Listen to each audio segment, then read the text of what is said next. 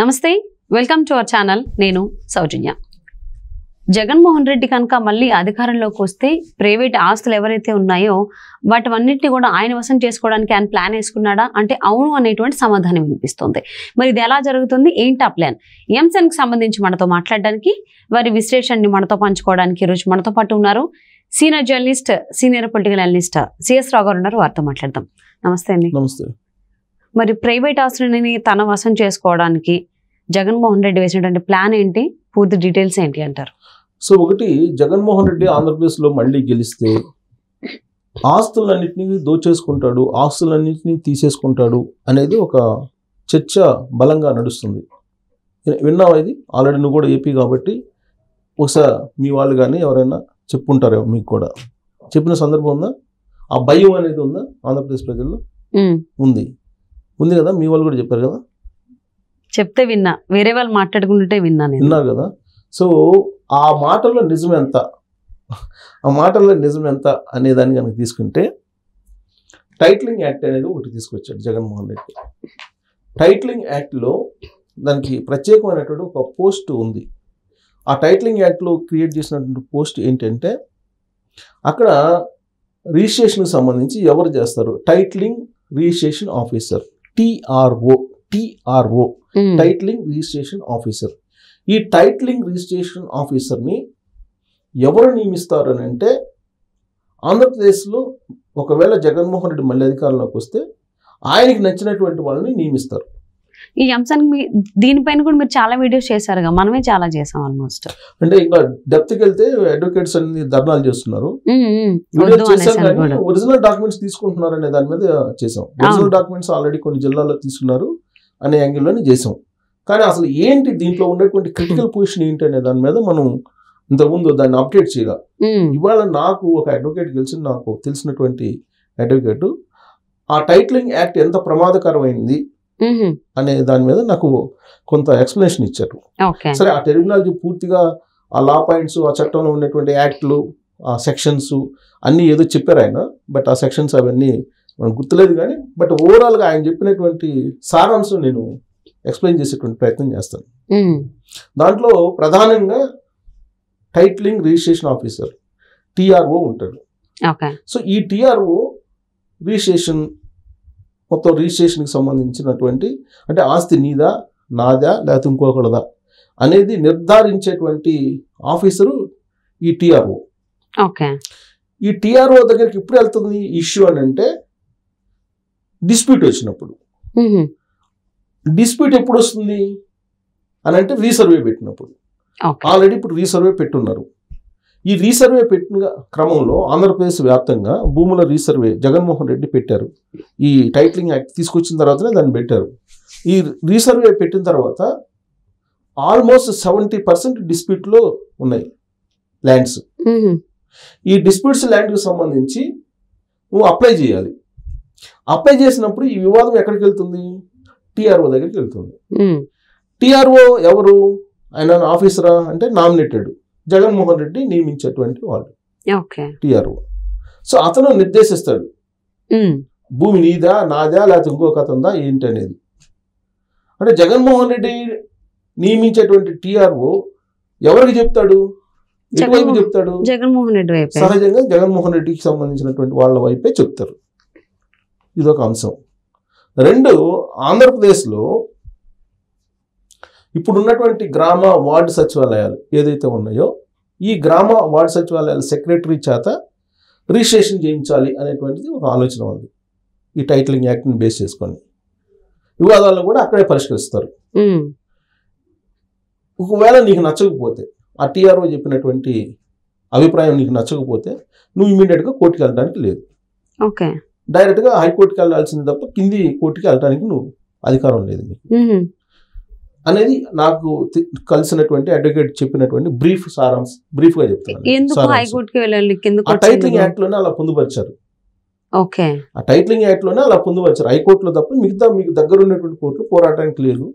ఆ టిఆర్ఓ ఏదైతే చెప్తానో అదే ఫైనల్. అంటే పెదరాయుడు తీర్పు. ఒక మాటలో చెప్పాలంటే, అందరికి అర్థమయ్యేటువంటి భాషలో చెప్పాలంటే, పెదరాయుడు తీర్పు లాగా అక్కడ ఉండేటువంటి వైఎస్ఆర్ కాంగ్రెస్ పార్టీ లీడర్ చెప్తాడు.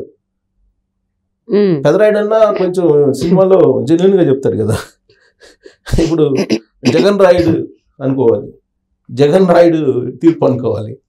సో సరే ఏదన్నా కానీ మొత్తానికి ఆయన చెప్పే దాని మీద ఆధారపడి ఉంటుంది. దాని మీద ఒకవేళ అబ్జెక్షన్స్ ఉంటే హైకోర్టుకి వెళ్ళచ్చు, ఆ తర్వాత సుప్రీంకోర్టుకి వెళ్ళాల్సింది. మధ్యలో ఇంకేమి జిల్లా కోర్టులు కానీ మున్సిపల్ కోర్ట్స్ కానీ ఏమీ అలవలేదు. అది ఒక ప్రమాదకరమైన అంశం. ఇప్పుడే న్యాయస్థానాలు అనేది న్యాయస్థానాల్లో న్యాయం కోసం పోవాలంటే పేదలకి అందుబాటులో లేదనేది జడ్జెసే చెప్తున్నారు. సుప్రీంకోర్టు చీఫ్ జస్టిసే చెప్తున్నారు కదా, సుప్రీంకోర్టు జడ్జెస్లుగా చేసినటువంటి వాళ్ళు చెప్తున్నారు మన న్యాయ వ్యవస్థ పేదలకు అందుబాటులో లేదని చెప్పి చెప్తా ఉన్నారు. సరే అది ఒక ఆస్పెక్ట్ అయితే, ఇప్పుడు ఆంధ్రప్రదేశ్లో గ్రామ వార్డు సచివాలయ పరిధిలోనే రిజిస్ట్రేషన్లు కూడా చేయించాలి అనేది ఒకటి. ఇప్పుడు ఆల్రెడీ రీసర్వే క్రమంలో 60 నుంచి 70% డిస్ప్యూట్స్ ఉన్నాయి. ఎలా డిస్ప్యూట్స్ ఉన్నాయో తెలుసా? ఎక్స్ భూమిని వైకి, వై భూమిని జడ్కి, జడ్ భూమిని ఎక్స్కి, జడ్ వై భూములు ఏకి, ఇలా వేస్తున్నారు. ఇష్టానుసారంగా వేశారు. ఇష్టానుసారంగా వచ్చి జగన్మోహన్ రెడ్డి బొమ్మతోటి పట్టా పుస్తకం అని చెప్పి జగన్మోహన్ రెడ్డి బొమ్మతోటి ఒక ఇష్యూ చేశారు. దీన్ని తీసుకెళ్లి బ్యాంకుల్లో పెడితే దాన్ని తీసి పక్కన చెత్తబుట్టలు వేస్తున్నారు. ఇది చెల్లదు అని. ఎందుకు చెల్లదు అని అంటే వాళ్ళు చెప్పేది ఏంటంటే గ్రూప్ 2 మినిమం ఆఫీసర్ సంతకం పెడితేనే రిజిస్ట్రేషన్ చెల్లుతుంది, గ్రూప్ 1 గ్రూప్ 2 అలా, అంతే తప్ప గ్రూప్ 4 వాళ్ళు పెడితే చెల్లదు. కాబట్టి ఇది అసలు చెల్లదు. ఇంకోటి జగన్మోహన్ రెడ్డి బొమ్మ ఉంటే అసలు ఆర్బీఐ నామ్సే ఒప్పుకో అని చెప్పి చెత్తబొట్టలు వేస్తున్నారు లోన్కి వెళ్తే వాటిని. ఇది ఒక అంశం. కానీ ఇప్పుడు మళ్ళీ అధికారంలోకి వస్తే జగన్మోహన్ రెడ్డి ఏం చేస్తాడు అనేది భయం ఉంది. ఎందుకు? కొన్ని జిల్లాల్లో ఇప్పటికే ఒరిజినల్ డాక్యుమెంట్స్ తీసేసుకున్నారు. మీరు ఒరిజినల్ డాక్యుమెంట్స్ ఇచ్చేసేయండి, ఒరిజినల్ డాక్యుమెంట్స్ మీకు ఇస్తే మీకు ఒక టైటిల్ ఇస్తారు.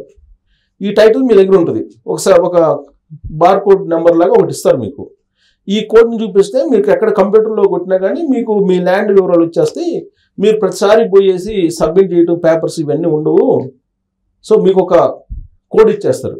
ఇప్పుడు పాన్ కార్డు ఇస్తా, పాన్ కార్డు లేదంటే ఆధార్ కార్డు నెంబర్స్ ఇచ్చినట్టే నీకు ఒక టైటిలింగ్ ఇస్తారు. నీ ఆస్తులకు సంబంధించి టైటిలింగ్ ఇస్తే ఆ టైటిల్ని కనుక నువ్వు పోయి చెప్తే బ్యాంకులో పోయి ఆ టైటిలింగ్ కనుక డిస్ప్లే కొడితే డిస్ప్లే అవుతాయి నీ ఆస్తులు, దాన్ని బట్టి లోన్ ఇస్తారని వీళ్ళు చెప్తున్నారు. అందుకే మీకు అసలు డాక్యుమెంట్స్ అవసరం లేదు, ఆ డాక్యుమెంట్స్ అన్ని మాకు ఇచ్చేసేయండి అని చెప్తున్నారు. ఇక్కడ ఒరిజినల్ డాక్యుమెంట్స్ అడిగినప్పుడే సందేహం వస్తుంది అందరికి. ఒరిజినల్ డాక్యుమెంట్స్ని ఎంత భద్రంగా చేసుకుంటారో అందరికీ తెలుసు. సో ఇప్పుడు ఒరిజినల్ డాక్యుమెంట్స్ గవర్నమెంట్కి ఇస్తే ఈ మొత్తం తీసుకెళ్లి హోల్సేల్గా ఆంధ్రప్రదేశ్ని తాకట్టు పెట్టేసి డబ్బు తీసుకొచ్చుకోవడానికి జగన్మోహన్ రెడ్డి ప్లాన్ చేస్తున్నారు అనేది ఒక అనుమానం ఉంది ఆయన మీద. ఎందుకు అనుమానం ఉంది? గతంలో ఏ ముఖ్యమంత్రి మీద లేనటువంటి అనుమానం ఇప్పుడు జగన్మోహన్ రెడ్డి మీద ఎందుకు ఉందంటే సచివాలయాన్ని తాకట్టు పెట్టాడు. సచివాలయాన్ని తాకట్టు పెట్టి దాన్ని తప్పు అని భావించట్లా, పెడితే తప్పేంటి అని చెప్పి జగన్మోహన్ రెడ్డి క్యాబినెట్లో పనిచేసినటువంటి మంత్రిగా ఉన్నట్టు కొడాలి అని అన్నారు. సో అలాంటప్పుడు అనుమానం కదా వస్తుంది. అంటే ఈ టైటిలింగ్ యాక్ట్ వల్ల ప్రజలకేమీ ఉపయోగం లేదు, ఈ తీసుకొచ్చినటువంటి నాయకులకు తప్ప. అంతే కదా, అదే కదా ఇప్పుడు అనుమానం కూడా అదే కదా. అసలు మొత్తం అసలు మనకు ఉండేటువంటి హక్కులన్నింటినీ వాళ్ళ చేతుల్లో పెట్టేసి మనం ఏం చేస్తాము? రేపు ఇప్పుడు కోర్టుకు వెళ్ళాలి, ఒరిజినల్ డాక్యుమెంట్స్ నా దగ్గర ఉండాలి. మరి ఎలా వెళ్తాం? ఎలా వెళ్ళాలి? వివాదం వచ్చినప్పుడు అక్కడ పోయి టీఆర్ఓ దగ్గరికి పోతే టీఆర్ఓ ఎవరి పక్షాన్ని చెప్తాడు? వైఎస్ఆర్ కాంగ్రెస్ పార్టీ లీడర్ మనుషుల పక్షాన్ని చెప్తారు. ఇది అందరికి తెలిసినటువంటి విషయం. కాబట్టి రాబోయేటువంటి రోజుల్లో మొత్తం ల్యాండ్ని కబ్జా చేసుకునేటువంటి ప్రయత్నం చేయబోతున్నారు. కాబట్టి జగన్ను మళ్ళీ ఓటేసి గెలిపిస్తే కులం, మతం, ప్రాంతం వీటన్నిటికి అతీతంగా టోటల్ భూముల్ని, ప్రైవేట్ ఆస్తుల్ని జప్తు చేసుకుంటాడు అనేటువంటి ఒక భయం ఆంధ్రప్రదేశ్ ప్రజల్లో ఉంది. సో అంటే ఈ టైటిలింగ్ యాక్ట్ వల్ల ప్రజలకి ఏమీ ఉపయోగం లేదని చెప్పి వాళ్ళకి కూడా సందేహం ఉంది. కాబట్టి మరి ఏం చేస్తారు? ఒరిజినల్ డాక్యుమెంట్స్ ప్రభుత్వ అధికారుల చేతిలో పెట్టి వాళ్ళ భూములు వాళ్ళు వదిలేసుకుంటారా లేదా కాపాడుకుంటారా అని చూద్దామండి రాబోయేటువంటి రోజుల్లో. Thank you so much CS Rao గారు. Thank you.